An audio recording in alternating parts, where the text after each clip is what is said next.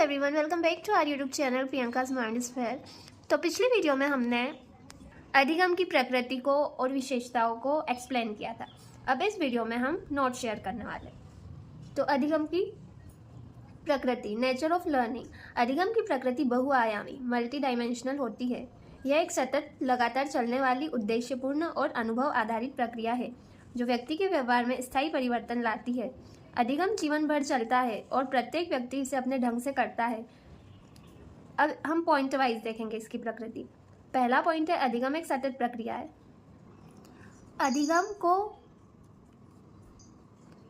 अधिगम कोई एक बार होने वाली चीज नहीं है, यह निरंतर चलने वाली प्रक्रिया है। सेकंड, अधिगम आजीवन चलता है। अधिगम जन्म से लेकर मृत्यु तक जीवन पर्यंत चलता है। हम प्रत्येक दिन कुछ नया सीखते हैं। थर्ड पॉइंट है, सीखना व्यवहार में परिवर्तन लाता है। अधिगम से व्यक्ति के सोचने, समझने और करने के तरीके में बदलाव आता है। चौथा, अधिगम अनुभव और अभ्यास से होता है। अधिगम के लिए अनुभव, एक्सपीरियंस और अभ्यास, बार बार अभ्यास जरूरी होता है। ठीक है। फिफ्थ पॉइंट है, अधिगम सकारात्मक या नकारात्मक हो सकता है। अधिगम अच्छा भी हो सकता है, जैसे अनुशासन सीखना, और गलत भी, जैसे डर या आलस्य की आदतें सीखना। अगर हम अनुशासन में रहना सीखते हैं तो ये हमारा अच्छा अधिगम होगा, और अगर हमारी आलसी की आदत या और भी कोई बुरी आदतें होगी तो गलत अधिगम होगा। ये सब भी हम आसपास देख के ही सीखते हैं। सिक्स्थ पॉइंट है, अधिगम उद्देश्यपूर्ण होता है। अधिगम हमेशा किसी लक्ष्य को प्राप्त करने के लिए किया जाता है। 7 पॉइंट है, समाज और परिवेश से जुड़ा है। अधिगम हमारे आसपास के वातावरण और समाज से प्रभावित होता है। 8 पॉइंट है, व्यक्ति, इंडिविजुअल होता है। प्रत्येक व्यक्ति अलग ढंग से सीखता है, इसलिए अधिगम की गति और तरीका सबके लिए अलग होता है। अधिगम की मुख्य विशेषताएं। Main characteristics of learning. First point है, अधिगम एक प्रक्रिया है। यह अचानक नहीं होता, बल्कि धीरे धीरे अनुभवों और अभ्यास से विकसित होता है। सेकेंड पॉइंट है, अधिगम व्यवहार में परिवर्तन लाता है। अधिगम से व्यक्ति के सोचने, समझने और कार्य करने के तरीके में बदलाव आता है। थर्ड पॉइंट है, अधिगम अनुभव और अभ्यास पर आधारित होता है। अधिगम पुस्तकों के साथ साथ व्यक्तिगत अनुभवों और कार्य करने के तरीके में बदलाव लाता है। फोर्थ है, अधिगम सकारात्मक या नकारात्मक हो सकता है। व्यक्ति अच्छी या बुरी दोनों आदतें सीख सकता है। फिफ्थ पॉइंट है, अधिगम उद्देश्यपूर्ण होता है। अधिगम हमेशा किसी न किसी उद्देश्य या लक्ष्य की पूर्ति के लिए किया जाता है। सिक्स्थ पॉइंट है, अधिगम वैयक्तिक होता है। प्रत्येक व्यक्ति की अधिगम गति और शैली अलग अलग होती है।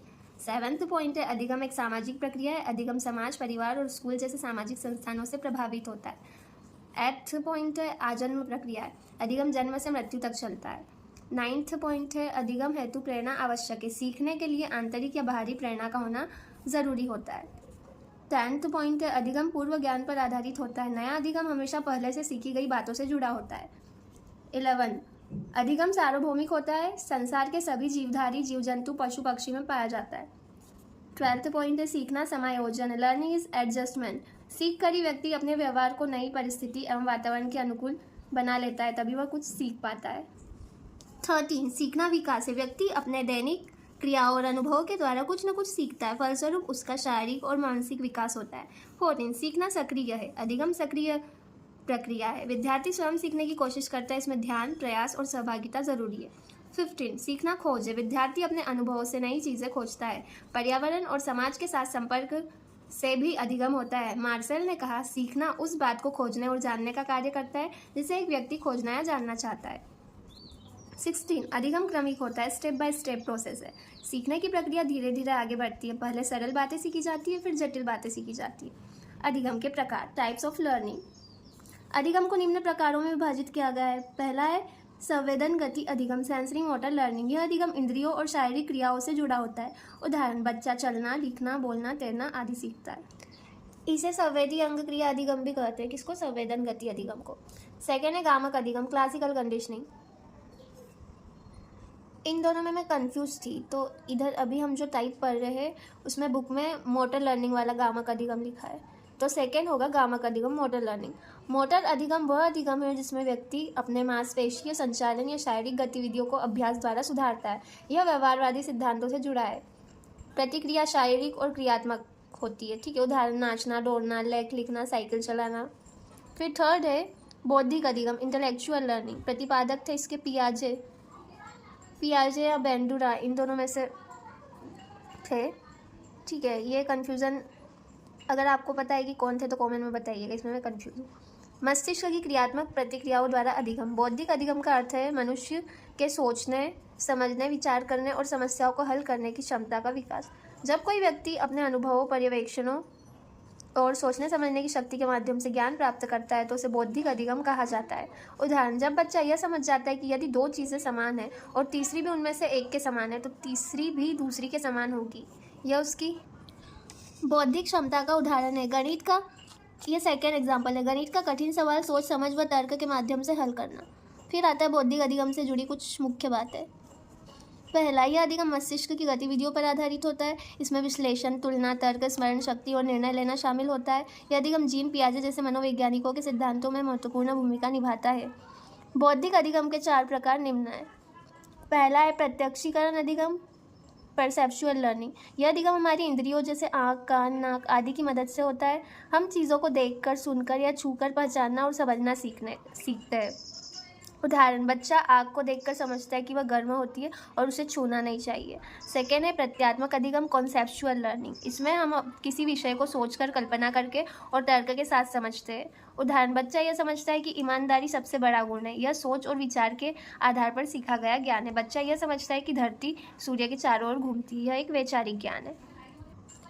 थर्ड पॉइंट है साहचर्यात्मक अधिगम, एसोसिएटिव लर्निंग। इसमें व्यक्ति दो या अधिक चीज़ों के बीच संबंध जोड़कर सीखता है। यह अधिगम आदतों और अनुभवों के आधार पर होता है। उदाहरण, अगर बच्चे को हर बार पढ़ाई के बाद टॉफ़ी मिले तो पढ़ाई को टॉफ़ी से जोड़कर सीखता है। यदि बच्चा स्कूल की घंटी बजने पर टिफिन निकाल लेता है तो उसने घंटी और भोजन को आपस में जोड़कर सीख लिया है। फोर्थ है रसानुभूतिपरक अधिगम, एप्रिशिएशनल लर्निंग। इसमें व्यक्ति भावनाओं, अनुभवों और संवेदनाओं से सीखता है। यह अधिगम मन में अच्छा बुरा, सच्चा झूठा समझने की भावनात्मक समझ विकसित करता है। उदाहरण, जब बच्चा किसी कहानी से यह सीखता है कि झूठ बोलना बुरा होता है तो यह भावनात्मक अधिगम करता है। कोई कविता सुनकर बच्चा उसमें छिपे गुण, भाव और संवेदनाओं को महसूस करता है। फोर्थ है प्रयास एवं त्रुटि द्वारा अधिगम, ट्रायल एंड एरर लर्निंग। यह थॉर्नडाइक का जो सिद्धांत है उससे रिलेटेड। जब व्यक्ति कई बार प्रयास करके और गलतियां करके अंत में सही उत्तर या तरीका सीखता है तो उसको बोलते हैं प्रयास एवं त्रुटि द्वारा अधिगम। जैसे बिल्ली ने खटका कम समय में खटका दबाना सीखा था, ठीक है। उदाहरण, बच्चा जब पहली बार साइकिल चलाना सीखता है तो गिरता है, फिर उठता है और फिर सीख जाता है। फिफ्थ है सामाजिक अधिगम, सोशल लर्निंग। जब हम दूसरों के व्यवहार, भावनाओं और प्रतिक्रियाओं से सीखते हैं। उदाहरण, बच्चा स्कूल में अनुशासन व व्यवहार सीखता है। अधिगम को प्रभावित करने वाले कारक, फैक्टर्स इन्फ्लुएंसिंग लर्निंग। पहला, अधिगमकर्ता से संबंधित कारक, लर्निंग रिलेटेड फैक्टर्स। इसमें फर्स्ट है बुद्धि, इंटेलिजेंस। अधिक बुद्धिमान विद्यार्थी जल्दी और गहराई से सीखते हैं। सेकेंड है अभिरुचि और प्रेरणा, इंटरेस्ट एंड मोटिवेशन। यदि विद्यार्थी की रुचि और प्रेरणा अधिक है तो वह अधिगम प्रभावी होता है। थर्ड है आयु, एज। छोटे बच्चों की सीखने की शैली अलग होती है, युवाओं की अलग होती है। फोर्थ है मानसिक व शारीरिक स्वास्थ्य, मेंटल एंड फिजिकल हेल्थ। स्वस्थ शरीर और मन वाला व्यक्ति जल्दी सीखता है ना। अगर कोई व्यक्ति बीमार है या उसकी प्रॉपर नींद नहीं हुई है या फिर अदर फैक्टर्स है, उसके दिमाग में कुछ और चल रहा है ना, मेंटली बहुत सारे थॉट्स चल रहे हैं, तो वो प्रॉपर सीख नहीं पाएगा चीज़ों को। फिफ्थ है पूर्व ज्ञान और अनुभव, प्रीवियस नॉलेज एंड एक्सपीरियंस। पूर्व अनुभव अधिगम को आसान या कठिन बना सकते हैं। अगर किसी को उस टॉपिक रिलेटेड अच्छी इन्फॉर्मेशन है तो उसके लिए वो टॉपिक ईजी हो जाएगा, और किसी को किसी टॉपिक के बारे में कुछ भी नॉलेज नहीं है तो उसके लिए वो टॉपिक डिफ़िकल्ट हो जाएगा। सेकेंड है शिक्षा से संबंधित कारक, टीचर रिलेटेड फैक्टर्स। फर्स्ट है विषय का ज्ञान। शिक्षक का विषय में अधिकार अधिगम को मजबूत करता है, तो टीचर को प्रॉपर डीप नॉलेज होना चाहिए। फिर सेकेंड है शिक्षण शैली, रोचक और संवादात्मक शैली अधिगम को प्रोत्साहित करती है। थर्ड है व्यवहार और संबंध, विद्यार्थी से आत्मीय और सहयोगी व्यवहार सीखने में मदद करता है ना। टीचर्स का जो बच्चों के साथ व्यवहार होता है, संबंध होता है, वो सकारात्मक होना चाहिए, मतलब ठीक है, सोल आत्मीय मतलब सोल कनेक्शन होना चाहिए। थर्ड है शिक्षण विधियों से संबंधित कारक, टीचिंग मेथड्स। इसमें फर्स्ट है विधि की उपयुक्तता, गतिविधि आधारित, प्रोजेक्ट आधारित विधियाँ अधिक प्रभावशाली होती है। सेकेंड है सहायक सामग्री, चार्ट, मॉडल, वीडियो आदि सीखने को रोचक बनाते हैं। फोर्थ है वातावरण से संबंधित कारक, एनवायरमेंटल फैक्टर्स। पहला है विद्यालय का वातावरण, तो विद्यालय का वातावरण शांत, सकारात्मक और सुरक्षित होना चाहिए, है ना। मतलब अगर ऐसा वातावरण है तो अधिगम में सहायक होता है, ठीक है। सेकेंड है घर का वातावरण, माता पिता का सहयोग, पढ़ाई के लिए उचित समय और स्थान।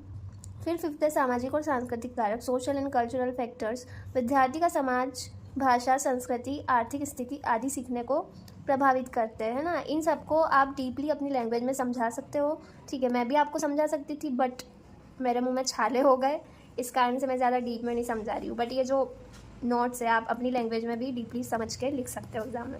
सो अगर ये वीडियो आपके लिए हेल्पफुल लगी हो तो चैनल को सब्सक्राइब कीजिएगा, वीडियो को लाइक और शेयर ज़रूर कीजिएगा। मिलते हैं नेक्स्ट वीडियो में।